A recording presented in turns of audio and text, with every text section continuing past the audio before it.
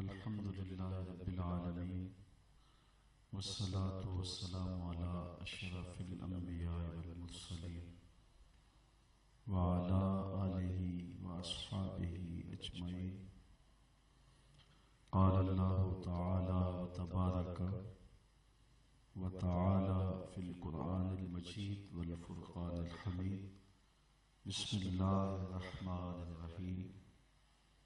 سبحان الذي أسرى بعبده ليلا من المسجد الحرام إلى المسجد الأقصى إلى المسجد الأقصى الذي باركنا حوله لنريه من آياتنا إنه هو السميع البصير.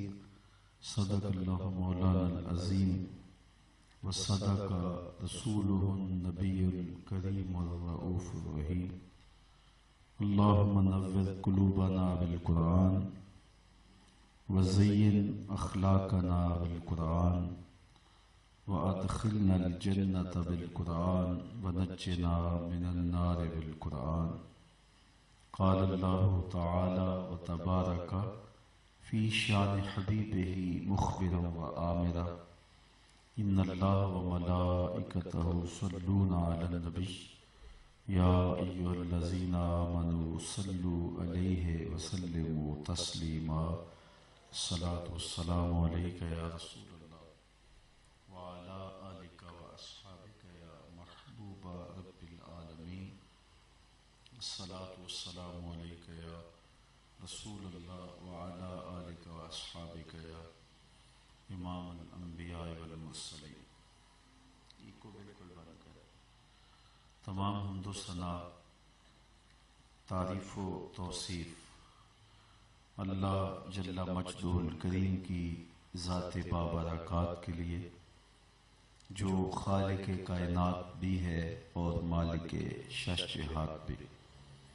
اللہ جل وعلا کی حمد و ثنا کے بعد رسول رحمت، شفیع معظم، نبی محتشم، اللہ کے پیارے، امت کے سہارے، رب کے محبوب، دانائے غیوب، مالک رقاب امم، فخر عرب و عجم، والی کون و مکان، سیاہ لا مکان، سید انس و جاں، سرور لالا رخاں، نیر تاباں، سر نشین مہوشاں، ماہ خوباں، شہنشاہ حسینہ، تتمہ دوراں، سر خیل زہرہ جمالاں، جلوہ صبح ازل، نور ذات لم یزل، باعث تکوین عالم، فخر آدم و بنی آدم، نیر بطحا،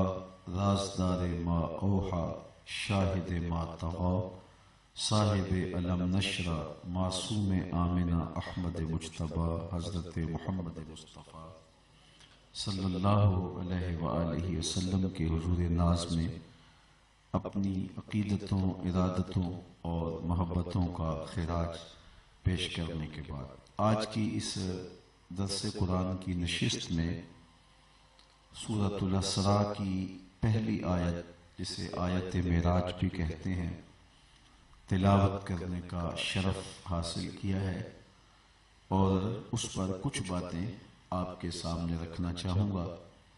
مجھے آپ کی بھرپور توجہ چاہیے ہوگی. اللہ تعالیٰ میری زبان پر کلمۃ الحق جاری فرمائے. سب سے پہلے تمہیداً یہ کلمات ہمیں سمجھ لینے چاہیے کہ معراج میرے اور آپ کے آقا و مولا حضور نبی رحمت صلی اللہ علیہ وآلہ وسلم کا دوسرا بڑا معجزہ ہے. سب سے بڑا معجزہ جو حضور کو عطا کیا گیا وہ معجزہ قرآن ہے. معجزہ ایسے خرق عادت امر کو کہتے ہیں جو عقل انسانی کو عاجز کر دے اور اس کی نظیر لانا ممکن نہ ہو. حضور علیہ السلام کو اللہ تعالیٰ نے بہت سارے معجزات عطا کیے ہیں. ابن حجر نے جو بیان کیے ان کی تعداد 1200 ہے. اس کے علاوہ بھی بہت سارے معجزات ہیں جو ہمارے تک پہنچے۔ حضور کے معجزات کا حصر نہیں، حضور کی ہر ادا معجزہ ہے، حضور کی گفتگو معجزہ ہے، حضور کی خاموشی معجزہ ہے، حضور کا چلنا معجزہ ہے، حضور کا رک جانا معجزہ ہے، حضور کا ہر عضو بدن معجزہ ہے، اور حضور علیہ السلام کی سیرت کا ایک ایک لمحہ معجزہ ہے۔ تو معجزات کا حصر نہیں، لیکن جو معجزات بالاسناد ہمارے تک پہنچے ہیں ان کی تعداد علماء نے 1200 بیان کی ہے۔ ان میں سب سے بڑا معجزہ جو حضور کو عطا کیا گیا وہ معجزہ قرآن ہے۔ معجزے کے حوالے سے عادت باری شروع سے یوں جاری رہی کہ جس دور میں جس چیز کا عروج تھا معجزہ بھی اسی قبیل کا دیا گیا۔ مثال کے طور پہ جب لوہے کی صنعت عروج پر تھی تو اللہ تعالیٰ نے حضرت داؤد علیہ السلام کو یہ معجزہ دیا کہ وہ لوہے کو ہاتھ میں لیتے تھے موم کی طرح نرم ہو جاتا تھا۔ چونکہ دور تھا آہن گری کا تو معجزہ بھی اسی طرح کا دیا گیا۔ جب جادوگروں کا طوطی بول رہا تھا اور ایک سے ایک بڑھ کر جادوگر اپنے فن کا لوہا منوا رہا تھا تو اللہ تعالیٰ نے حضرت موسیٰ علیہ السلام کو کرشماتی عصا دیا جو کبھی چھوٹا ہو جاتا ہے، کبھی بڑا ہو جاتا ہے، کبھی پتے جھاڑتے ہیں، کبھی بکریاں ہانکتے ہیں، رات کو روشنی دیتا ہے، ٹیک لگا کے کھڑے ہو جاتے ہیں، ضرورت پڑتی ہے تو اژدہا بن جاتا ہے، منوں ٹنوں پھینکی ہوئی رسیاں نگل لیتا ہے، سمٹتا ہے تو عصا کا عصا قد وزن حجر نہیں بڑھتا۔ تو چونکہ دور تھا جادوگری کا، جو معجزہ دیا گیا وہ جادو کے فخر کو توڑ رہا ہے۔ جب مصر کے کوچہ و بازار میں حسینوں کے حسن کے چراغ جلنے لگے اور ایک سے بڑھ کر ایک حسین اپنے عشوہ و ادا سے اور ناز و نخرے سے لوگوں کے دل لبھانے لگے تو اللہ نے اپنے محبوب حضرت یوسف علیہ السلام کو معجزہ حسن دے کے مبعوث کیا، اور جب ان کے حسن کا چراغ جلا تو سارے دیے بجھ گئے، اور جنہیں ناز تھا وہ اپنی انگلیاں کاٹتے دکھائی دے رہے۔ تو آپ تاریخ پڑھ لیں انبیاء کی اور ان کے ادوار کو دیکھ لیں، پھر ان کو دیے گئے معجزات کی فہرست دیکھیں، آپ کو ایسے ملے گا۔ جب جالینوس، حکیم افلاطون، حکیم بقراط اور سقراط نے طب یونانی میں وہ کمال حاصل کر دیا کہ ہر مرض کی تدبیر، تشخیص اور علاج معالجہ دریافت کر لیا۔ صرف 3 مرضوں کا طب یونانی میں علاج نہیں ہو سکا تھا۔ کوڑی کو جسم کو شفا نہیں دے سکتے تھے، نابینے کی آنکھوں میں جو مادہ زاد ہوتا تھا روشنی نہیں بھر سکتے تھے، تیسرا موت کا علاج نہیں تھا۔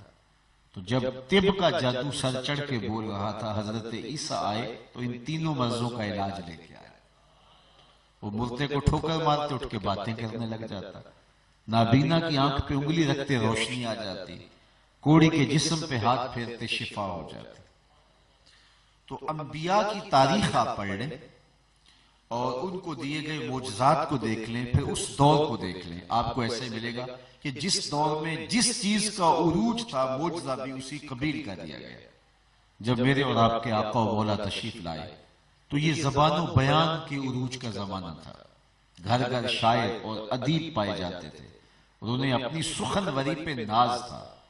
تو جب سخن کا جادو سر چڑھ کے بول رہا تھا، اللہ نے اپنے محبوب کو سب سے بڑا معجزہ قرآن عطا کیا، اور پھر انہیں کہا لاؤ اس کی مثال ایک صورت ہی لا کے دکھاؤ۔ نہیں لا سکے، اگر لانا ممکن ہوتا تو بدر اور احد کی لڑائیاں نہ ہوتی۔ الاتقان فی علوم القرآن کے اندر امام سیوطی کہتے ہیں سیدھی سی بات تھی کہ وہ ایک 3 آیات پر مشتمل صورت لے آتے، لیکن ممکن ہی نہیں تھا۔ تیرے سامنے یوں ہیں دبے لچے فصحا عرب کے بڑے بڑے، کوئی جانے کے منہ میں زبان نہیں بلکہ جسم میں جان نہیں۔ کسی کے اندر ہمت ہی نہیں ہے کہ قرآن کی مثال لے آئے۔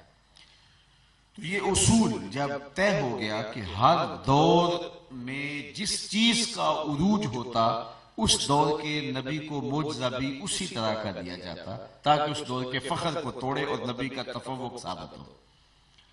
میرے اور آپ کے آقا و مولا کا دور مختصر دور نہیں ہے کہ 10 50 سال 20 سال 40 سال پر مشتمل ہو، بلکہ قیامت تک دور میرے حضور کا دور ہے۔ تو صرف ایک زبان و بیان میں ہی عروج نہیں پانا تھا، مختلف ادوار میں مختلف چیزوں کا عروج ہونا تھا۔ تو اللہ تعالیٰ نے اپنے محبوب کو معجزات بھی کئی عطا کیے، پھر ہر دور کی اٹھان دیکھ لیجئے اور حضور کے معجزات کی فہرست دیکھ لیجئے، آپ کو ہر دور کے فخر کو حضور کا کوئی نہ کوئی معجزہ توڑتا ہوا دکھائی دے گا۔ یہ آپ کے پاس یہ جو کوبرا ہیلی کاپٹر ہے، اس میں یہ سسٹم لگا ہے کہ آپ میزائل داغ چکے ہیں، بعد میں پروگرام تبدیل ہو گیا تو آپ بٹن دبائیں ہدف تبدیل کر سکتے ہیں۔ آپ اس کو راستے میں توڑنا چاہتے ہیں تو توڑ سکتے ہیں، اس کا رخ موڑنا چاہتے ہیں تو موڑ سکتے ہیں۔ ہم تو یہ سنتے تھے کمان سے نکلا ہوا تیر واپس نہیں ہوتا، لیکن دور موجود میں یہ بڑے بڑے تیروں کے ہدف تبدیل ہوتے ہیں، رخ موڑے جاتے ہیں، راستے میں ان کو کرش کیا جا سکتا ہے۔ تو آئیے حضور کے معجزات کی فہرست بھی دیکھتے ہیں۔ حضرت عبداللہ ابن عباس رضی اللہ تعالیٰ عنہ فرماتے ہیں، ایک دیہاتی آیا، بدو آیا حضور کی خدمت میں اور عرض گزار ہوا، میں تو آپ کو اللہ کا نبی تب مانوں گا یہ سامنے والے درخت کا پکا ہوا پھل، یہ کھجور کا پکا ہوا پھل ٹوٹ کے آ کے آپ کی نبوت کی گواہی دے۔ حضور نے ارشاد فرمایا اگر یہ گواہی دے تو تم مان لو گے؟ اس نے کہا انکار کی گنجائش ہی نہیں ہوگی۔ حضور نے اشارہ کیا، وہ پھل ٹوٹا اور حضور کے قدموں میں آ گیا اور حضور کی رسالت کی گواہی دی۔ عربی کے لبوں پہ کلمہ جاری ہو گیا۔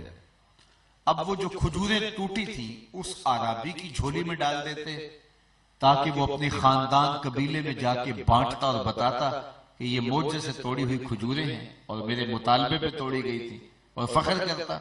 یا حضور صحابہ میں بانٹ دیتے، صحابہ فخر کرتے کہ ہم نے معجزے سے توڑی ہوئی کھجوریں کھائی ہیں، لیکن حضور جانتے تھے قرب قیامت میں میزائلوں کے رخ موڑے جائیں گے۔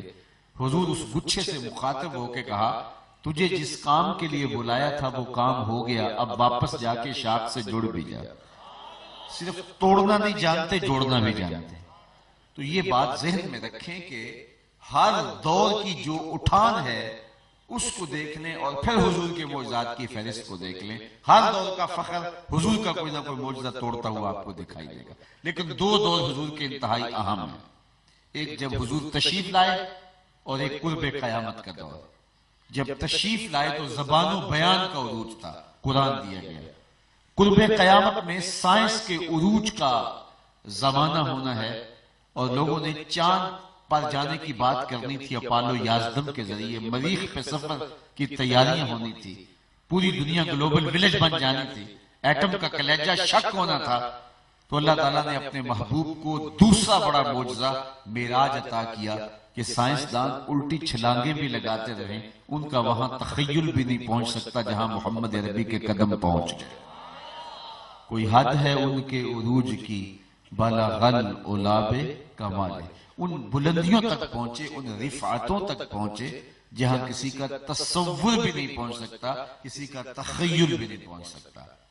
اعلیٰ حضرت بولے خرد سے کہہ دو کہ سر جھکا لے، خرد سے کہہ دو کہ سر جھکا لے، گمان سے گزرے گزرنے والے، یا خود پڑے ہیں جہت کو لالے، کوئی کیا بتائے کدھر گئے تھے، سراغ عین و متا کہاں تھا، نشان کیف و الا کہاں تھا، نہ کوئی ساتھی نہ کوئی راہی، نہ سنگ منزل نہ مرحلے تھے، کمان امکان کے جھوٹے نقطوں تم اول آخر کے پھیر میں ہو، محیط کی چال سے پوچھو کدھر سے آئے کدھر گئے تھے، کوئی حد ہے ان کے عروج کی، بلغ العلاب کمال۔ تو وہ رفتیں حضور کو نصیب ہوئیں اور وہ عروج اور باقپن نصیب ہوا تو وہ کائنات میں کسی اور کا مقصود نہیں ہوا۔ تو سائنسی عروج اور باقپن کا توڑ حضور علیہ السلام کا معراج ہے۔ اور پھر اگر آپ اس آیت کریمہ پہ، یہ جو آیت معراج ہے جو میں نے تلاوت کی ہے، اس پہ غور کر رہے ہیں تو یہ بالکل سائنس کے جو سوال ہیں ان کے جواب میں ایک آیت میں سارے جواب ہیں۔ یہ آنا جانا، سیر، سیاحت، سفر، یہ ہمارا روزمرہ ہے، لیکن فلسفے کی زبان میں، سائنس کی زبان میں اسے حرکت کہا جاتا ہے۔ ہم کہتے ہیں کہ ہم نے سفر کیا، ہم گئے، ہم آئے، لیکن سائنس کہتی ہے حرکت ہوئی ہے۔ تو جب وہ کہتی ہے حرکت ہوئی ہے تو وہ سوال قائم کرتی ہے کہ حرکت کس نے دی، حرکت کس کو دی، حرکت کب دی، حرکت کیوں دی، حرکت کہاں سے دی، حرکت کہاں تک دی۔ یہ سارے سوال ہیں، یعنی محرک کون ہے، متحرک کون ہے، مبدأ حرکت کیا ہے، منتہائی حرکت کیا ہے، اور زمان حرکت کیا ہے، وجہ حرکت کیا ہے۔ یہ 6 سوال ہے سائنس کے کہ حرکت کس نے کی، حرکت کس نے دی، حرکت کب ہوئی، حرکت کیوں ہوئی، حرکت کہاں سے ہوئی، حرکت کہاں تک ہوئی۔ یہ 6 سوال ہے۔ اب اس ایک آیت کو پڑھ لیجئے، 6 سوالوں کے جواب۔ حرکت کس نے دی، محرک کون ہے، سبحان الذی اسرا، متحرک کون ہے، بعبدہ، زمان حرکت کیا ہے، حرکت کب ہوئی، لیلا، مبدأ حرکت کیا ہے، من المسجد الحرام، منتہائی حرکت کیا ہے، الی المسجد الاقصی، وجہ حرکت کیا ہے، لنریہ من آیاتنا۔ تو ایک آیت کے اندر ان 6 سوالوں کا جواب موجود ہے۔ پھر فلسفہ حرکت کی 2 قسمیں کرتا ہے ہماری سائنس میں، حرکت بالذات اور حرکت بالعرض، ذاتی حرکت اور عرضی حرکت۔ بالعرض کسی کی وجہ سے حرکت ہو رہی ہے، جس طرح کوئی بندہ کشتی میں بیٹھا ہے، گاڑی میں بیٹھا ہے، جہاز میں بیٹھا ہے، تو اصل حرکت بالذات جہاز کی ہے، کشتی کی ہے، گاڑی کی ہے، اور جو بیٹھا ہے وہ آرام سے بیٹھا ہے، لیکن وہ بھی بالعرض حرکت میں ہے۔ جس رفتار کے ساتھ کشتی منزل تک پہنچے گی اسی رفتار کے ساتھ وہ بھی پہنچے گا، جبکہ وہ بیٹھا آرام سے ہے۔ اب یہ جو حرکت ہے معراج کی، یہ بالذات تھی یا بالعرض تھی؟ علماء کہتے ہیں یہ بالذات اور بالعرض دونوں کا مجموعہ ہے۔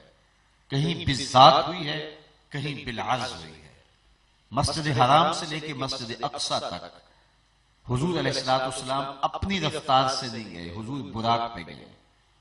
مسجد اقصی سے لے کر پہلے آسمان تک نور کی ایک سیڑھی تھی جس پر حضور تشریف لے گئے، اور معراج عربی میں سیڑھی کو ہی کہتے ہیں، اس میں آلہ ہے، آلہ عروج، اوپر چڑھنے کا ذریعہ، تو وہ ایک نورانی سیڑھی تھی جس پہ تشریف لے گئے۔ پہلے آسمان سے لے کر 7ویں آسمان تک فرشتوں کے پروں پہ گئے، یہ تیسرا مرحلہ ہے۔ 7ویں آسمان سے سدرہ تک جبریل کے پروں پہ گئے، یہ چوتھا مرحلہ ہے۔ اور پھر وہاں سے لے کے سدرہ سے لے کے نہ جانے کہاں تک رف ایک سبز نوری تخت آیا جس پر حضور تشریف فرما ہوئے۔ یہ 5 مراحل تھے سیر بالعرض کے۔ یہ حضور کی اپنی رفتار نہیں ہے، حضور کسی کی رفتار سے جا رہے ہیں۔ اور پہلا مرحلہ اتنا سری تھا، دوسرا اس سے زیادہ سری تھا، تیسرا اس سے زیادہ سری تھا، اور اس طرح پھر صورت بڑھتی چلی گئی۔ اور پہلا مرحلہ کتنا سری تھا، براق کی جہاں نظر جاتی تھی وہاں اس کا قدم جاتا تھا۔ میرے 5-6 فٹ کے وجود میں، آپ کے 5-6 فٹ کے وجود میں صرف 2 آنکھیں نور ہیں، اور وہ بھی ساری نور نہیں ہیں۔ آنکھوں میں 2 سیاہ دائرے ہیں، وہ بھی سارے نور نہیں ہیں۔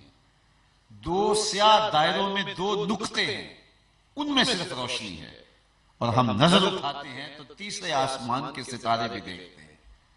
6 فٹ کے وجود میں 2 نورانی نقطوں میں اتنی روشنی ہے، اور جو پاؤں کے کھروں سے لے کے سر کی چوٹی تک نور تھا، اس براق کی نگاہوں کا عالم کیا ہوگا۔ اور جہاں اس کی نظر جاتی تھی وہاں اس کا قدم جاتا تھا، اور حضور اس کے اوپر سوار ہے۔ اتنی سرعت کے ساتھ وہ پرواز کر رہا تھا، 1000 کلومیٹر فی گھنٹے کی رفتار سے یہ جہاز چلے تو کوئی شخص اس کی ننگی پشت کے اوپر بیٹھ سکتا ہے؟ پرخچے اڑ جائے، آگ لگ جائے، ہوا کی مزاحمت گوارا نہ ہو۔ رفتار کتنی ہے، 1000 کلومیٹر فی گھنٹہ، 2000 کلومیٹر فی گھنٹہ، تو کوئی اس کے اوپر جو ہے وہ پشت کے اوپر بیٹھ کے سفر نہیں کر سکتا، ہوا کی مزاحمت گوارا نہ ہو۔ اور جو کروڑوں میل فی سیکنڈ کی رفتار سے جا رہا ہے، اس کی ننگی پشت پہ بیٹھ کے سواری کرنے والے شاہ سوار کی عظمت کو سلام کرنے کو جی نہیں چاہ رہا۔ اتنی سرعت کے ساتھ حضور گئے۔ اچھا، پھر اتنی سرعت کے ساتھ جاتے ہوئے راستے میں جو مناظر آئے حضور نے ان کو دیکھا بھی اور پہچانا بھی، جبکہ اتنی سرعت کے ساتھ کوئی چلے تو کوئی قریب سے بھی گزر جائے تو اس کو پہچان نہیں پاتا۔ اور رسول کریم فرماتے ہیں مررت بقبر موسیٰ فائزہ ہوا قائم یصلی فی قبرہ، میں حضرت موسیٰ علیہ السلام کی قبر کے قریب سے گزرا جو کثیب احمر سرخ قلعے کی جگہ پر تھی، اور میں وہاں سے گزرا اور میں نے دیکھا کہ وہ اپنی قبر میں کھڑے ہو کے نماز پڑھ رہے ہیں۔ تو قبر میں ان کے کھڑے ہو کے نماز پڑھنے کی ادا کو حضور دیکھ رہے ہیں۔ اور پھر حضور جب وہاں پہنچے مسجد اقصیٰ میں تو صحیح حدیث میں ہے کہ حضرت موسیٰ علیہ السلام منتظر کھڑے تھے آگے۔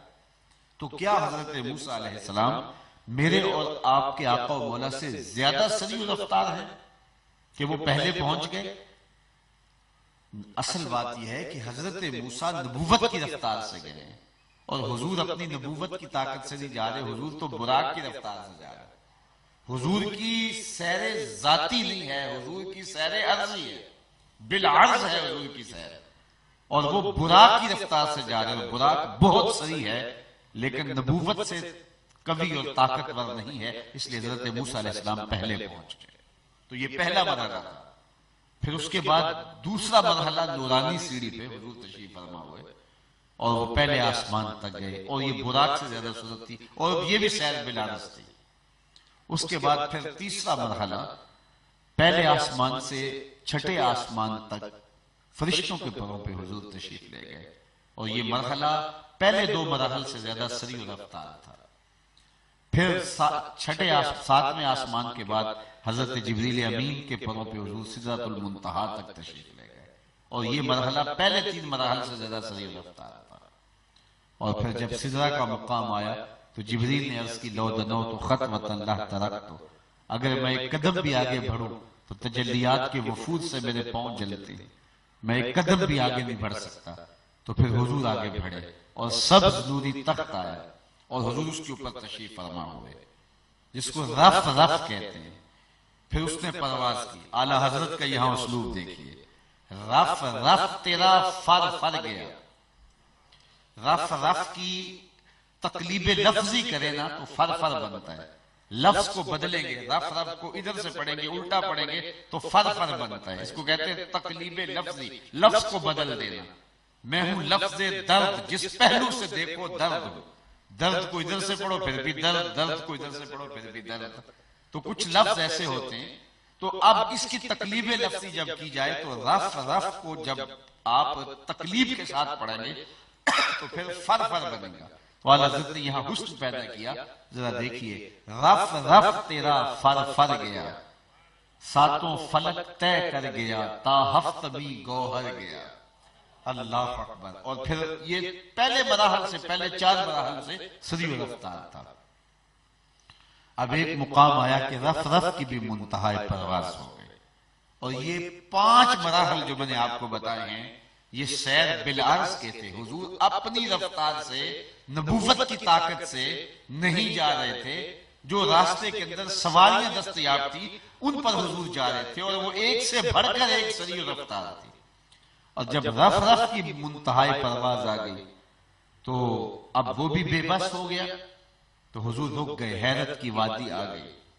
اللہ اکبر۔ آواز آئی ادن منی یا احمد، پیارے آگے بڑھو۔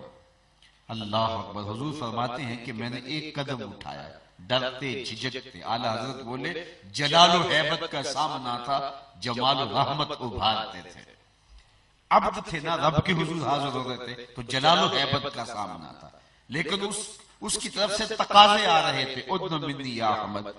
تو پھر جمال و رحمت ابھارتے تھے، بڑھ اے محمد قریب احمد، قریب آ سرور ممجد، نثار جاؤں وہ کیا ندا تھی، وہ کیا سما تھا، وہ کیا مزے تھے۔ تو حضور علیہ السلام نے ایک قدم اٹھایا، اب حضور کی ذاتی رفتار شروع ہونے لگی ہے۔ اب ذرا اس کا اندازہ کیجیے، اندازہ کیا جا سکتا ہے، سلام کیا جا سکتا ہے، اور ان فاصلوں کو ناپا نہیں جا سکتا۔ اب حضور کی ذاتی رفتار کا عالم۔ حضور نے ایک قدم اٹھایا، مسجد حرام سے لے کے مسجد اقصیٰ تک براق پہ، مسجد اقصیٰ سے لے کے پہلے آسمان تک نور کی سیڑھی پہ، پہلے آسمان سے 7ویں آسمان تک فرشتوں کے پروں پہ، 7ویں آسمان سے سدرۃ المنتہا تک جبریل کے پروں پہ، سدرۃ المنتہا سے لے کے جہاں تک رف گیا تھا اس سبز نوری تخت پہ ان 5 مراحل میں حضور نے جتنا فاصلہ طے کیا تھا، ایک قدم میں اتنا فاصلہ طے ہو گیا۔ یہ تھی حضور کی رفتار کا عالم۔ اللہ اکبر۔ پھر آواز آئی ادنو منی یا احمد، پیارے آگے بڑھو، تو حضور نے دوسرا قدم اٹھایا۔ تو 5 مرحلے یہ جو میں نے گنوائے ہیں، اور پہلا قدم جو 5 مرحلوں کے برابر تھا، ان 6 مرحلوں میں ٹوٹل جتنا فاصلہ طے ہوا، دوسرے قدم میں اتنا فاصلہ پھر طے ہو گیا، اور پھر تیسرا قدم اٹھایا تو ہر قدم پہ ٹوٹل قدموں سمیت جتنا فاصلہ طے ہو چکا ہوتا، ہر قدم پہ اتنا فاصلہ طے ہوتا، اور یہ آواز آتی گئی، قدم اٹھتے گئے، 70,000 مرتبہ یہ آواز آئی، اور پھر حضور کہاں تک گئے، اور یہ ہے میرے رسول کی سیر کا عالم۔ اس کو میرے رب نے سفر نہیں کہا، ذرا توجہ کیجئے، اس کو میرے رب نے سفر نہیں کہا، اس کو میرے نبی کی سیر کہا۔ اور آپ سیر اور سفر کے فرق کو اچھی طرح سمجھتے ہیں۔ سیر تمہل کے ساتھ کی جاتی ہے، آہستگی کے ساتھ کی جاتی ہے، ہر منظر ہر نظارے پہ رکا جاتا ہے، ٹھہرا جاتا ہے، اور سفر تیزی کے ساتھ کیا جاتا ہے، ہدف پہ نگاہ ہوتی ہے۔ اب حضور علیہ السلام اتنی سرعت کے ساتھ گئے ہیں اور پلٹ بھی آئے ہیں، اور ابھی زنجیر بھی ہل رہی تھی، بستر بھی گرم تھا، پانی بھی بہہ رہا تھا، اس کو میرے رب نے سیر کہا ہے، سفر نہیں کہا۔ کہا کیا سمجھو گے میرے نبی کو، جس کی سیر تمہاری سمجھ میں نہیں آتی، اس کا سفر تمہاری سمجھ میں کیسے آئے گا؟ جس کی سیر کی سرعت کا عالم یہ ہے، اگر وہ سفر کرنے پہ آئے تو پھر سرعت کا عالم کیا ہوگا؟ اور مشکل میں امتی جب نبی کو پکارے تو پھر نبی سیر کرتا نہیں آتا، پھر نبی سفر کرتا آتا ہے۔ لوگ کہتے ہیں سمجھ نہیں آتی، میں کہتا ہوں تمہیں تو میرے نبی کی سیر کی سمجھ نہیں آتی، جس کی سیر اتنی سری ہے اس کے سفر کی تیزی کا عالم کیا ہوگا؟ تو کہا سبحان الذی اسری بعبد، پاک ہے وہ ذات جس نے سیر کرائی اپنے بندہ خاص کو مسجد حرام سے مسجد اقصی تک، جس کے اطراف میں ہم نے برکتیں رکھی ہیں تاکہ اپنے عبد خاص کو اپنے عجائب قدرت کی نشانیاں دکھائیں۔ بے شک وہ سننے والا دیکھنے والا ہے۔ تو یہاں اس آیت کریمہ کا آغاز سبحان سے کیا۔ علامہ ابو حیان اندلسی علیہ رحمہ تفسیر البحر المحیط کے اندر لکھتے ہیں کہ جب حضور معراج سے واپس آئے تو سب سے پہلے حضور نے جو کہانی سنائی وہ حضرت ام ہانی کو سنائی، چونکہ ان کے گھر سے معراج کا آغاز ہوا تھا۔ تو انہوں نے حضور سے اپنی تشویش کا اظہار کرتے ہوئے کہا کہ یہ بات اوروں کو نہ بتائیں، اگر آپ نے ان کو بتائی تو وہ انکار کریں گے، تکذیب کریں گے، لیکن حضور اللہ کی طرف سے مامور تھے۔ تو آقا کریم نے یہ کہانی لوگوں کو سنائی، تو جب سنائی تو علامہ آلوسی بغدادی علیہ رحمہ روح المعانی میں لکھتے ہیں کچھ کچے لوگ دین سے منحرف ہو گئے، اور قریش نے خوب پراپیگنڈا کیا۔ ابو جہل نے ایک ڈھولچی لیا، جو آگے آگے ڈھول پیٹتا تھا، لوگ اکٹھے ہو جاتے تھے اور وہ یہ کہانی سناتا تھا، اور اس طرح حضور سے دور کرنے کی انہوں نے لوگوں کو سازش کی۔ تو جب انہوں نے جو ہے وہ اس واقعہ کا انکار کیا تو اس کی تائید میں یہ آیت کریمہ اتری سبحان الذی اسری بعبد۔ تو اس کا آغاز لفظ سبحان سے کیا گیا، چونکہ ان کو اس پہ تعجب تھا کہ یہ کیسے ہو گیا، لیکن اللہ تعالیٰ نے اپنی پاکی بیان کر کے فرمائی کہ تم کیسے انکار کر سکتے ہو، یہ دعویٰ میرے محبوب کا نہیں ہے، یہ تو میرا دعویٰ ہے کہ میں نے معراج کروایا ہے، اور میں اس بات پہ قادر ہوں، اور میں پاک ہوں ہر کمی سے، ہر کجی سے، ہر نقص اور ہر کمزوری سے۔ اب معراج کے حوالے سے 3 طرح کے نظریات سامنے آئے۔ ایک مستشرقین، معاندین اسلام، دشمنان دین کا عقیدہ، وہ معراج کا انکار کرتے ہیں، وہ کہتے ہیں یہ واقعہ ہوا ہی نہیں، معاذ اللہ حضور کی طرف کذب کا اتہام کرتے ہیں، معاذ اللہ ایسی بات کرتے ہیں۔ ایک تو بدبخت قبیلہ وہ ہے جو معراج کا سرے سے انکار کرتا ہے۔ ایک موقف یہ ہے کہ معراج ہوا ضرور ہے، یہ واقعہ ضرور ہوا ہے، لیکن خواب میں ہوا ہے، حضور نے خواب دیکھا، بیان کیا، کچھ نے انکار کر دیا، کچھ نے اقرار کیا، یا یہ حضور کا ایک روحانی سفر تھا، بس اس سے زیادہ اس کی حقیقت نہیں ہے۔ جمہور کا موقف یہ ہے کہ معراج حضور علیہ السلام کا جسمانی سفر ہے، مسجد حرام سے مسجد اقصی تک، پھر وہاں سے جہاں تک خدا نے چاہا، حضور جسم و روح کے ساتھ تشریف لے گئے اور سر کی آنکھوں سے رب کا دیدار کیا، اور یہ جمہور کا مسلک ہے۔ جو لوگ اس کا انکار کرتے ہیں، ایک تو غیر مسلم ہے، وہ کہتے ہیں یہ ممکن نہیں ہے، یہ ممکن ہی نہیں ہے، اس لیے کہ انسانی جسم کو یوں ڈیزائن نہیں کیا گیا کہ وہ ہوا میں پرواز کرے۔ پھر وہ کہتے ہیں کہ یہاں زمین سے لے کر کے 44 میل تک کرۂ ہوا ہے، اور اس ہوا میں ایک انسانی وجود کا صعود کرنا یہ ممکن نہیں ہے۔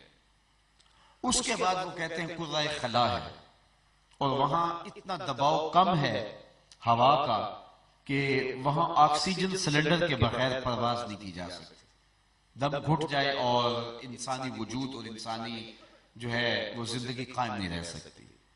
تو پہلے کرۂ ہوا ہے 44 میل تک، پھر اس کے بعد کرۂ خلا ہے، اس کے بعد وہ کہتے ہیں کرۂ زمہریر ہے، اتنی ٹھنڈک ہے کہ اعضاء شل ہو جائیں اور وہاں سے جو ہے وہ گزرنا ممکن نہیں ہے۔ اس کے بعد پھر کرۂ نار آتا ہے، اور وہ اس قدر حدت، گرمی اور حرارت ہے کہ وہاں سے فولاد بھی گزارا جائے تو پگھل جائے، تو انسانی وجود وہاں سے کیسے گزر سکتا ہے۔ اس کے بعد پھر کہتے ہیں پھر کرۂ آسمان ہے، اور آسمان کے بارے میں قدیم فلاسفہ کا موقف یہ ہے کہ آسمان بسیط ہے۔ بسیط کہتے ہیں مالا جزء لہو، جس کے اجزاء نہ ہوں، لہذا اس میں خلق و التیام، ٹوٹ پھٹن ممکن نہیں ہے، تو اس آسمان سے کراس کر جانا یہ ممکن نہیں ہے۔ تو پہلے تو جو ہے وہ انسانی وجود کا ڈیزائن نہیں ہے اس طرح کا کہ وہ پرواز کرے، پھر کرۂ خلا آتا ہے، پھر کرۂ زمہریر آتا ہے، پھر کرۂ نار آتا ہے، پھر اس کے بعد آسمان آتا ہے۔ لہذا ممکن نہیں ہے کہ حضور علیہ السلام چلے جائیں۔ تو اس وجہ سے جو ہے وہ مستشرقین معاذ اللہ اتہام کذب کا حضور پہ لگاتے ہیں، معاندین اسلام، دشمنان دین، اور بہت سارے لوگ جو اس کو امر منامی قرار دیتے ہیں، خواب کی بات کرتے ہیں، تو وہ بھی بعض اوقات ان لوگوں کے دلائل سے ڈر کے کہتے ہیں کہ واقعی ممکن نہیں ہے کہ اتنی سرعت کے ساتھ جائے، پھر انسانی وجود اتنی تیزی کے ساتھ جب پرواز کرے گا تو ہوا میں تحلیل ہو جائے گا، وہ اپنے وجود کو برقرار نہیں رکھ سکے گا، لہٰذا یہ ممکن نہیں ہے، ناممکنات سے ہے۔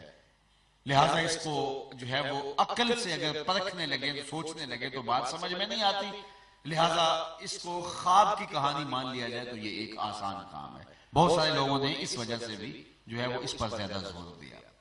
اس پر اہل علم نے بہت ساری گفتگو کی ہے کہ یہ محال عادی ہے یا محال عقلی ہے۔ مستشرقین کا جواب دیا کہ اگر عقلی ہے تو دلائل لاؤ، اگر عادی ہے تو جو محال عادی ہوتا ہے وہ فی نفس ہی ممکن ہوتا ہے، جب حضور گئے تو عادت ٹوٹ گئی۔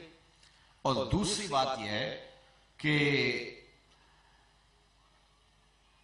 اگر کوئی کہے کہ اس آسمان سے، کرۂ نار سے، کرۂ آب سے، کرۂ زمہریر سے گزرنا ممکن نہیں ہے، یہ رکاوٹیں ہیں، تو یہ رکاوٹیں اگر جاتے ہوئے ہیں تو آتے ہوئے بھی تو یہ رکاوٹیں ہوں گی نا۔ اگر کوئی اس تمبو کو پھاڑ کے اوپر نہیں جا سکتا تو اوپر سے کوئی نیچے آئے گا تو رکاوٹ اس کے لیے بھی تو یہ ہوگی نا۔ تو یہ طے ہے کہ حضرت آدم ماں حضرت حوا سلام اللہ علیہ جنت سے زمین پہ آئے، راستے میں کرۂ نار بھی آیا، کرۂ زمہریر بھی آیا، اور راستے میں خلا بھی آئی اور آسمان بھی آیا۔ تو حضرت آدم ماں حضرت حوا آسمانوں سے زمین پر کیسے آگے؟ یہ رکاوٹیں جو حضور کو جاتے ہوئے کھڑی کی جاتی ہیں، یہ حضرت آدم اور حضرت حوا کو آتے ہوئے کیا پیش نہیں آئی؟ پھر حضرت عیسیٰ علیہ السلام کو قتل نہیں کیا گیا، سولی نہیں چڑھایا گیا، قرآن بتاتا انہیں آسمان پہ اٹھایا گیا۔ تو جب حضرت عیسیٰ علیہ السلام آسمان پہ گئے تو یہ رکاوٹیں ان کے راستے میں بھی آئی ہوں گی، تو وہ کیسے عبور کر گئے؟ حضرت یونس، حضرت ادریس علیہ السلام گئے تو ان کے راستے میں یہ رکاوٹیں آئی ہوں گی، تو وہ کیسے عبور کر گئے؟ جب حضرت آدم ماں حضرت حوا آ سکتے ہیں، حضرت ادریس اور حضرت عیسیٰ جا سکتے ہیں، تو کیا ساری رکاوٹیں میرے نبی کے راستے میں کھڑی ہیں؟ میں کہا کرتا ہوں اگر پہلے کوئی گیا ہے تو آیا نہیں، اگر کوئی آیا ہے تو گیا نہیں، میرا نبی گیا بھی ہے، میرا نبی آیا۔ باقی رہی بات کہ جسم اتنی سرعت کے ساتھ پرواز کرے اور تحلیل نہ ہو، اس پر امام رازی نے بڑے دلائل دی ہیں۔ میں صرف ایک دلیل آپ کے سامنے رکھنا چاہوں گا، اللہ ان کی قبر پہ کروڑوں رحمتیں نازل فرمائے۔ اسی آیت کریمہ کے تحت آپ لکھتے ہیں کہ حضرت سلیمان علیہ السلام نے کہا اپنے درباریوں کو کہ مجھے تخت بلقیس چاہیے، تو ایک جن کھڑا ہوا، اس نے کہا حضرت میں لاتا ہوں۔ کتنی دیر میں لاؤ گے؟ کہا مجلس برخاست ہونے سے پہلے پہلے لاؤں گا، یعنی دوپہر تک لے آؤں گا، 5-4 گھنٹے کے اندر وہ تخت حاضر کر دوں گا۔ تخت کتنا بڑا تھا؟ 60 ہاتھ چوڑا تھا، 80 ہاتھ لمبا تھا، اور شرم جب ہاتھ کا جائے تو کونی تک ہاتھ مراد ہوتا ہے، اور کئی ہاتھ موٹا تھا، لوہے قیمتی دھاتوں کا، سونے اور چاندی کا بنا تھا، زمین میں گڑا تھا، قیمتی موتیوں سے مرصع تھا، 7 کوٹھریوں میں مکفل تھا، پہرے دار کھڑے تھے، 1 مہینہ جاتے ہوئے لگتا تھا، 1 مہینہ آتے ہوئے لگتا تھا۔ وہ ڈبیا بھی ہو، جیب میں بھی ڈال کے لانا ہو تو پھر بھی 2 مہینے چاہیے، لیکن وہ اتنا بڑا تخت، جن نے کہا میں دوپہر تک لے آتا ہوں، بڑی بات تھی، لیکن حضرت سلیمان نے کہا نہیں، مجھے اس سے بھی پہلے چاہیے، مجھے اس سے بھی پہلے چاہیے۔ قال الذی عندہ علم من الکتاب، پھر وہ اٹھا جس کے سینے میں زبور کا علم تھا۔ آصف بن برخیہ نام بتایا حضرات مفسرین نے، آپ کا بھانجا تھا، یہ خالہ زاد بھائی تھا، اور آپ کا امتی تھا، اسم اعظم کا عالم تھا۔ اس نے کہا حضرت میں حاضر کرتا ہوں۔ کہا وہ تو دوپہر تک کا وقت دے رہے، تم کب تک لاؤ گے؟ تو کہا انا آتی کا بہی قبل ان یرتد الیک طرفک، حضور آپ آنکھ بعد میں جھپکیں گے، تخت پہلے پڑا ہوگا۔ اور حضرت سلیمان نے ابھی آنکھ نہیں جھپکی تھی، تخت سامنے پڑا تھا۔ تو حضرت امام غازی اس بات کو بیان کرنے کے بعد کہتے ہیں کہ یہ حضرت سیدنا سلیمان علیہ السلام کے مقتدی کی یہ شان ہے، تو حضرت سلیمان کے مقتدا کی شان کا عالم کیا ہو؟ ان کے مقتدی کی یہ شان ہے، تو امام کی شان کا عالم کیا ہے؟ جس کے پیچھے مسجد اقصی میں ہاتھ باندھے کھڑے تھے، تو کیا وہ تخت اتنی بڑی جسامت کے باوجود اس کا ایک موتی بھی نہیں ٹوٹا، اور وہ 1 مہینے کی مسافت سے آنکھ جھپکنے سے پہلے حاصل کر دیا گیا، تو کیا حضور علیہ السلام جا نہیں سکتے؟ کیا میرے حضور آ نہیں سکتے؟ تو یہ حضور کے لیے کوئی مشکل نہیں۔ تو کہا سبحان الذی اسریٰ بعبدہ۔ تو یہ اچھا، جب حضور علیہ السلام نے یہ بات کی نا کہ میں گیا ہوں، تو قریش نے انکار کر دیا، اور انہیں یہ پتا تھا کہ حضور کبھی زندگی میں حیات ظاہری میں مسجد اقصی نہیں گئے۔ انہوں نے کہا اگر آپ مسجد اقصی گئے ہیں تو آپ بتائیں کہ مسجد اقصی کی نشانی اگر ہم آپ سے پوچھ لیں تو آپ بتا سکیں گے؟ حضور نے فرمایا پوچھ لو، میں دیکھ کے آیا ہوں۔ انہوں نے کہا پھر بتائیں اس کے شتیر کتنے تھے، اس کے بالے کتنے تھے، اس کی کھڑکیاں کتنی تھی؟ حضور فرماتے ہیں میں نے دیکھی تو تھی مسجد اقصی، لیکن اس تفصیل سے تھوڑا دیکھی تھی۔ آپ میں سے کسی شخص سے پوچھ لیا جائے کہ آپ اپنے گھر کے اندر کتنے بٹن لگے ہوئے ہیں، کتنی کھڑکیاں ہیں، اور کتنے پنکھے لگے ہوئے، کتنے بلب لگے ہوئے، تو شاید کوئی بھی نہ بتا سکے۔ بندہ اس تفصیل سے دیکھنے کی عادت نہیں رکھتا۔ حضور فرماتے ہیں میں نے دیکھا تھا مسجد اقصی کو، لیکن انہیں سوال اس طرح کے شروع کر دیے کہ میں ایک لمحے کے لیے پریشان ہوا، لیکن پھر میرے رب نے میرے لیے مسجد اقصی یوں کر دی جس طرح میرے چچا ابو طالب کا گھر ہوتا ہے، اور میں دیکھتا جاتا تھا اور بتاتا چلا جاتا تھا۔ جب میں نے ساری تفصیلات بتا دی تو کہنے لگے امن نعت فقد اصاب، واہ واہ آپ نقشہ بیان کرنے میں تو بڑے ماہر نکلے، چونکہ آپ نے یہ دعویٰ کرنا تھا، پہلے سے کسی شخص کو بھیج کر کے تفصیلات منگوائی ہیں، پھر انہیں ازبر کیا ہے، ہمارے کہنے پہ بتا دیا۔ حضور فرمایا عجیب بات ہے، پہلے کہتے تھے بتا دو گے تو مان لیں گے، اب بتایا تو یہ بہانہ ڈھونڈ لیا۔ کہنے لگے ہمارے کچھ قافلے گئے ہوئے ہیں، اور وہ شام کی طرف جو ہے وہ تجارتی قافلے ہیں، اور آپ اگر گئے ہیں مسجد اقصی میں تو اسی راستے سے گئے ہوں گے، تو آپ اگر ان قافلوں کے بارے میں تفصیلات بتا سکیں تو پھر ہم یہ گمان نہیں کر سکتے کہ کسی سے یہ تفصیلات منگوائی ہیں، کیونکہ وہ تو تازہ ہوں گی۔ فرمایا ہاں تمہارا ایک مجھے قافلہ مقام روحہ پہ ملا تھا، میرے براق کے گزرنے کی وجہ سے ان کا اونٹ بدک گیا تھا، اور سوار گرنے کی وجہ سے اس کا بازو ٹوٹ گیا تھا۔ جب قافلہ پلٹے تو پوچھ لینا کسی کا بازو ٹوٹا تھا یا نہیں ٹوٹا تھا۔ انہوں نے کہا صحیح آیا، یہ ایک نشانی ہوگی۔ فرمایا تمہارا فلاں قافلہ مجھے فلاں جگہ میں ملا تھا، تفصیلات بتائی، اور ایک قافلے کے بارے فرمایا کہ وہ تو بالکل مکہ المکرمہ کے قریب آ گیا ہے، اور اس کی نشانی یہ ہے کہ بھورے رنگ کے 2 اونٹ آگے آگے چل رہے ہیں جن پر دھاری دار بوریاں لدی ہوئی ہیں، اور وہ سورج غروب ہوتے ہی مکہ المکرمہ میں داخل ہو جائے گا۔ انہوں نے کہا یہ تو تلی پہ سرسوں جمانے والی بات ہے۔ وہ پہاڑ پہ چڑھ گئے اور قافلے کا انتظار کرنے لگے. ادھر سورج درد غروب سے زرد ہوا جا رہا تھا اور ابھی تک قافلے کے آثار دکھائی نہیں دے رہے تھے. کافروں کے دل اچھلنے لگے خوشی سے کہ ہم ساری زندگی بہانے ڈھونڈتے رہے تکذیب کرنے کے، تو چلو یہ بہانہ ہاتھ آ جائے گا تو تکذیب کریں گے. اہل ایمان بڑے دکھی ہوئے. کوئی دھوڑا دھوڑا حضور کے پاس آیا. حضور سورج اپنی کرنیں لپیٹ رہا ہے اور ابھی تک قافلے کے آثار دکھائی نہیں دیے. حضور کے دل نازک پہ گرانی آئی تو جبریل حاضر خدمت ہوئے، رب کا سلام دیا اور کہا محبوب پریشان نہیں ہونا، جمع خاطر رکھو، جب تک قافلہ نہیں آئے گا سورج نہیں ڈوبنے دیں گے. اور جب سورج اپنی آخری کرنیں لپیٹ رہا تھا تو کسی نے کہا قد غربت الشمس، وہ دیکھو سورج غروب ہو گیا. ادھر قافلے کے آثار بھی دکھائی دینے لگے تو مسلمانوں نے کہا ذرا منہ اٹھاؤ، قافلہ بھی نظر آ گیا. اور جب قافلہ قریب آیا تو جو نشانیاں میرے حضور نے بتائی تھی اس کے مطابق پائی گئی.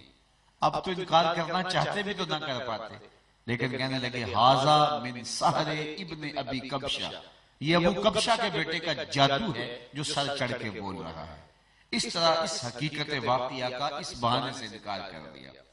تو معراج کا واقعہ یہ کوئی نامی واقعہ نہیں تھا. علامہ آلوسی شکری بغدادی علیہ رحمہ روح المعانی میں یہ واقعات بیان کرنے کے بعد لکھتے ہیں اگر یہ خواب کی کہانی ہوتی فمستحادہ القریش، تو قریش نے اس کو محال کیوں جانا. خواب تو میں بھی بیان کر دوں تو آپ مان لیں گے، تو پھر خواب کی بات پر اتنا تردد کیوں ہوا؟ کچے لوگ منحرف ہو گئے دین سے، انہوں نے دلائل مانگے، باتیں ہوئی، نقشے پوچھے، قافلوں کی تفصیلات بتائی گئی. تو یہ خواب میں جانے کی بات نہیں تھی، حضور نے عالم بیداری میں جانے کی بات کی تھی، اس لیے سب کچھ انکار ہوا تھا. تو حضور علیہ السلام کے اس جانے پر اللہ جل شانہ نے اپنی پاکیزگی بیان کرتے ہوئے فرمایا سبحان الذی اسری، پاک ہے وہ ذات ہر کجی سے، ہر کمی سے، ہر نقص اور کمزوری سے، جس نے سیر کرائی اپنے بندہ خاص کو. اسرا بعبد، لفظ عبد جو استعمال ہوا ہے اس کا محل کیا ہے؟ یہاں یہ بھی تو کہا جا سکتا تھا کہ اس نے اپنے جو ہے وہ نبی کو سیر کروائی، اپنے رسول کو سیر کروائی، اور بھی تو بہت سارے لفظ تھے. علماء نے اس پر بڑی باتیں بیان کی ہیں. میں ایک دو باتیں بیان کر کے اپنی گفتگو کو سمیٹتا ہوں. فرماتے ہیں پہلی بات تو یہ ہے کہ حضرت عیسیٰ علیہ السلام پہلے آسمان پہ اٹھائے گئے اور ان کے آسمان پر اٹھانے کی وجہ سے نصارہ کو وہم لگ گیا کہ جو آسمان پر اٹھا لیا گیا وہ عبد نہیں معبود ہے، اور انہوں نے اقانیم ثلاثہ کا عقیدہ گھڑا. یعنی ان کے نزدیک الہ ذات واحد کا نام نہیں ہے، تین ذوات کے مجموعے کو الہ کہتے ہیں، سیدہ مریم سلام اللہ علیہا، حضرت عیسیٰ اور ذات باری تعالیٰ. تو انہوں نے کہا جو آسمان پر اٹھا لیا گیا وہ الہ ہو سکتا ہے، عبد نہیں ہو سکتا. تو حضور تو وہاں تک گئے ہیں جہاں کسی کا خیال بھی نہیں جا سکتا، اس لیے عبد سے حضور علیہ السلام کا تعارف کروایا تاکہ امت گمراہی سے بچ جائے کہ ان بلندیوں پہ پہنچ کے عبد پھر بھی عبد ہی رہا. اور دوسری بات یہ ہے حضور کی مختلف حیثیتیں ہیں، حضور نبی بھی ہیں، رسول بھی ہیں اور عبد بھی ہیں. جب اللہ کے حضور جب جا رہے ہیں تو شان عبدیت کے ساتھ جا رہے ہیں. میں باپ بھی ہوں، میں بیٹا بھی ہوں، میں دوست بھی ہوں، میں استاد بھی ہوں، میں مدرس بھی ہوں، بہت ساری حیثیتیں میری ہو سکتی ہیں. لیکن جب میں اپنے ماں کے پاس جاؤں گا، اپنے والد گرامی کے پاس جاؤں گا، اس وقت شیخ اور استاد بن کے نہیں جاؤں گا، اس وقت بیٹا بن کے جاؤں گا، اس لیے کہ میں ان کے حضور حاضر ہو رہا ہوں. رب کے حضور جب حاضر ہو رہے تھے حضور تو عبد کی شان کے ساتھ جا رہے تھے. تیسری بات بڑی دلچسپ ہے اور وہ ملا جیون علیہ رحمہ نے تفسیرات احمدیہ میں لکھی ہے، اگر آپ کی توجہ ہو. وہ فرماتے ہیں کہ یہ لفظ حضور کا خود پسند فرمودہ ہے. جو عبد کا لفظ حضور کے لیے استعمال ہوا یہ حضور کا اپنا پسند کیا ہوا لفظ ہے. وہ کس طرح کہ جب قرب خاص میں پہنچے اور اللہ نے اپنے محبوب کو بہت کچھ عطا کیا، 70,000 اسرار تھے، 70,000 رموز، 70,000 حکایات حضور کی جھولی میں ڈالی، اور بہت کچھ عطا کرنے کے بعد پھر خود کہا بیما اشرفک یا احمد، اے پیارے بتا تجھے کس چیز سے نوازوں. خود دے کے پھر محبوب کو پوچھا کہ محبوب تو اپنی چاہت بھی بتا کہ تجھے کیا چیز عطا کروں. کسی شخص کے انتخاب سے اس کے ظرف کا پتہ چلتا ہے کہ وہ کہاں کھڑا ہے۔ آپ مجھے اختیار دے دیں کہ مانگ لو کیا مانگتے ہیں۔ میں اگر دولت مانگ لوں گا آپ کہیں گے بھوکا شخص ہے۔ میں اگر جو ہے وہ کہوں گا کہ مجھے پروٹوکول دو، نعرے لگاؤ، آپ کے شہرت کا طالب ہے۔ تو جو میں مانگوں گا اس سے آپ کو پتہ چلے گا کہ میرا ظرف کہاں ہے، میں کھڑا کہاں ہوں۔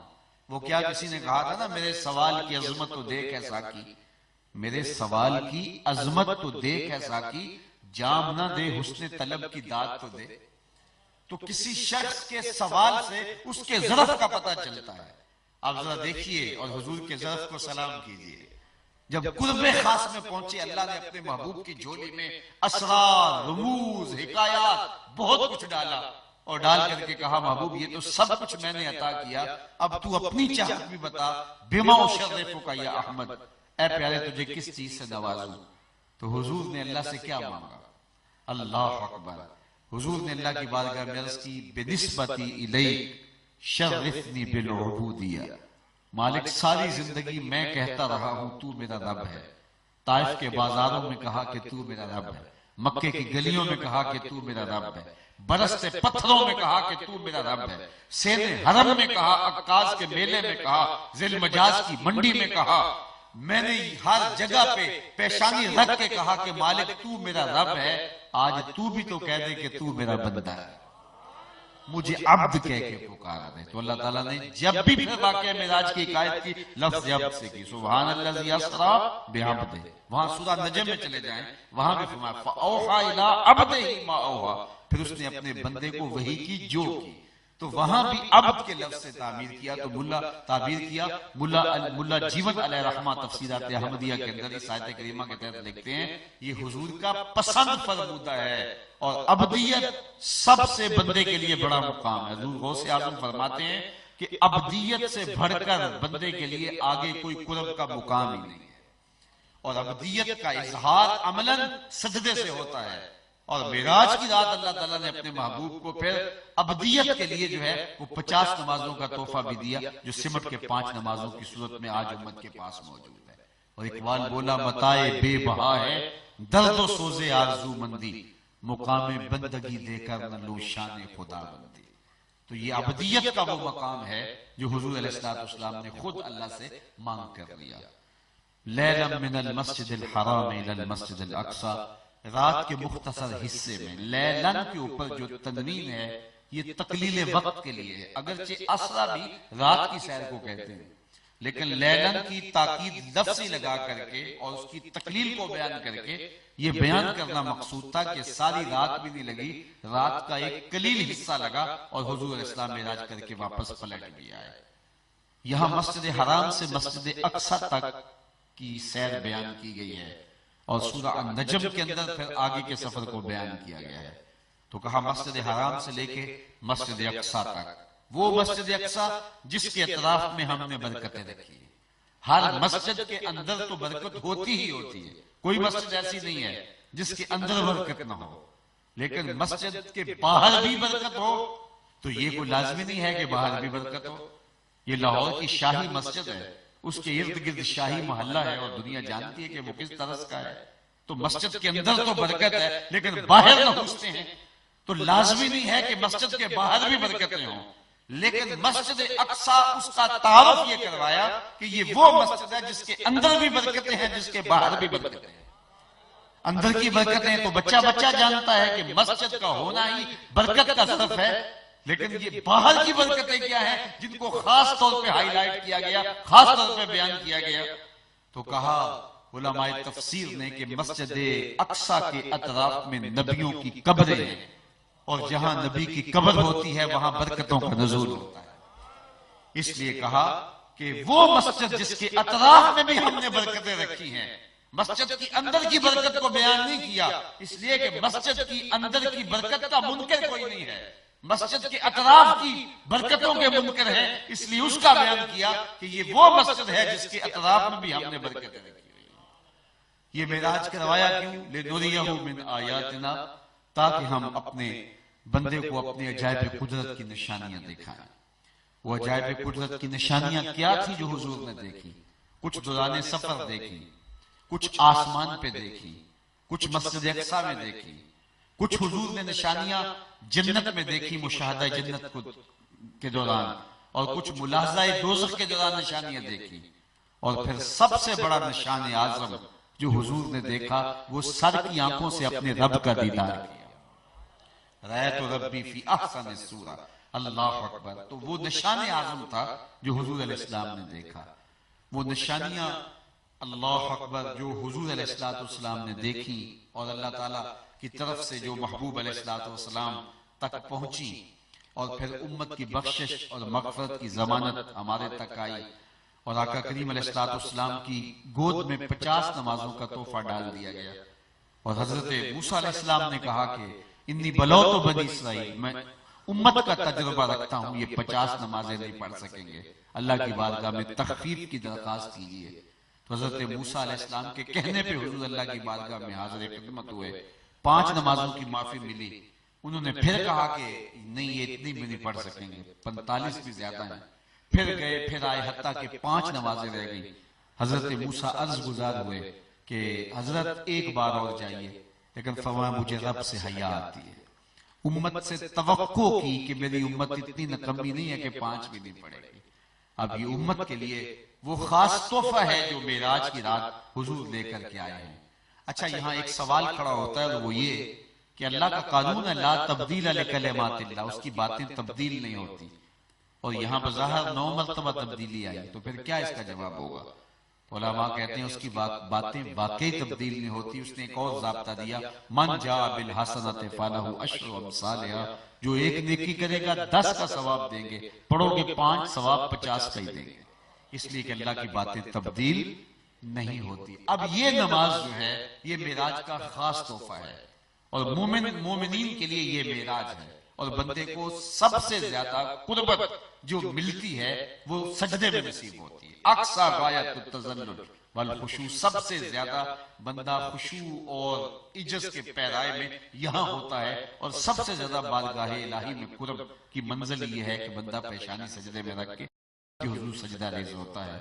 نماز حضور کی آنکھوں کی ٹھنڈک، اور آقا کریم علیہ السلام جب حضرت بلال کو اذان کا کہتے تو یہ کہنے کی بجائے اذن یا بلال، بلال اذان دو، یہ کہتے ارہنا یا بلال، بلال اٹھو تو ہمارے دلوں کو راحت پہنچا دو، ہمارے قلب کو راحت پہنچا دو۔ تو یہ حضور علیہ السلام کے قلب کی ٹھنڈک اور دل کا قرار اور روح کی تسکین ہے۔ میں اور آپ دیکھیں کہ ہمارے ماحول میں نماز 5 گانا کا اہتمام ہے تو اللہ کا شکر ادا کریں۔ وہ ماحول ہمارے گھر کی 4 دیواری سے شروع ہو کر کے ہمارے حلقہ اثر تک پھیلتا ہے، اور ہم نے یہ دین کی وہ بنیاد ہے جس سے دین کا پھیلاؤ اور دین کا فروغ ہوتا ہے، اور قرآن و حدیث میں تقریباً 750 مرتبہ تاکیدی حکم نماز کا ہے۔ کسی بھی عمل کا اتنا تاکیدی حکم نہیں آیا جتنا حکم نماز کا آیا ہے، اور اس شخص سے بڑا بدبخت کون ہوگا جس کو اللہ کے حضور سجدہ ریزی کی توفیق نہیں ہوگی۔ جب صبح کا وقت ہوتا ہے تو چڑیاں بھی رب کی تسبیح بول رہی ہوتی ہیں، حشرات الارض بھی بلوں سے سر نکال کے رب کی پاکی بول رہے ہوتے ہیں، اور وہ کتنا بد نصیب گھرانہ ہے جس گھر سے صبح کے وقت خراٹوں کی آوازیں آ رہی ہوتی ہیں، اور وہ کتنا خوش نصیب گھرانہ ہے جس میں مرد حضرات مسجد کا رخ کر رہے ہوتے ہیں اور بیٹیاں مصلے بچھا رہی ہوتی ہیں، اور اللہ کی کتنی رحمتیں اس گھر کے اوپر اترتی ہیں اور کتنی کرم نوازیاں اترتی ہیں۔ اور اگر 5 گانا نماز کے ساتھ ساتھ اگر اللہ صلاۃ التہجد کی توفیق بھی نصیب کر دے تو یہ ایک ایسا عمل ہے۔ ایک روایت میں آتا ہے کہ تہجد کے وقت، سحری کے وقت جب کوئی بندہ اللہ کے حضور سجدہ ریزی کے لیے اٹھتا ہے اور وہ اپنی بیوی کو بھی اٹھاتا ہے کہ اللہ کی بندی تو بھی اٹھو، جو ہے وہ اللہ کے حضور سجدہ ریزی کرے، تو وہ اٹھتی نہیں ہے۔ خیر وہ وضو کرنے جاتا ہے تو واپس اپنے چلو میں روایت میں تب پانی لے آتا ہے اور وہ اپنی بیوی کے اوپر چھڑک دیتا ہے، تو پانی کے چھڑکنے سے وہ بیدار ہو جاتی ہے اور وہ وضو کرنے چلی جاتی ہے، اور یہ مصلی بچھا کے نماز پڑھنے لگ جاتا ہے۔ اتنے میں وہ بھی جو ہے وہ وضو کرنے کے بعد اس کے ساتھ ہی مصلی بچھا کے نماز کے لیے کھڑی ہو جاتی ہے۔ حدیث میں آتا جب یہ دونوں نماز پڑھ رہے ہوتے ہیں رب مسکرا رہا ہوتا ہے۔ کتنی کرم نوازیاں جو ہے وہ برس رہی ہوتی ہیں اس گھر کے اوپر جہاں سجدہ ریزیوں کا ماحول ہے۔ کچھ لوگ کہتے ہیں جی ہم نہیں پڑھتے، میاں تم کون ہو نہ پڑھنے والے، تمہیں توفیق نہیں ملتی۔ تو وہ بد نصیب لوگ ہیں جنہیں 5 گانا نماز کی توفیق نہیں ملتی، اور یہ معراج کا خاص تحفہ ہے۔ معراج النبی کے حوالے سے یہ چونکہ وقت اتنا نہیں تھا کہ تفصیلات عرض کی جاتی، کل دوبارہ انشاءاللہ العزیز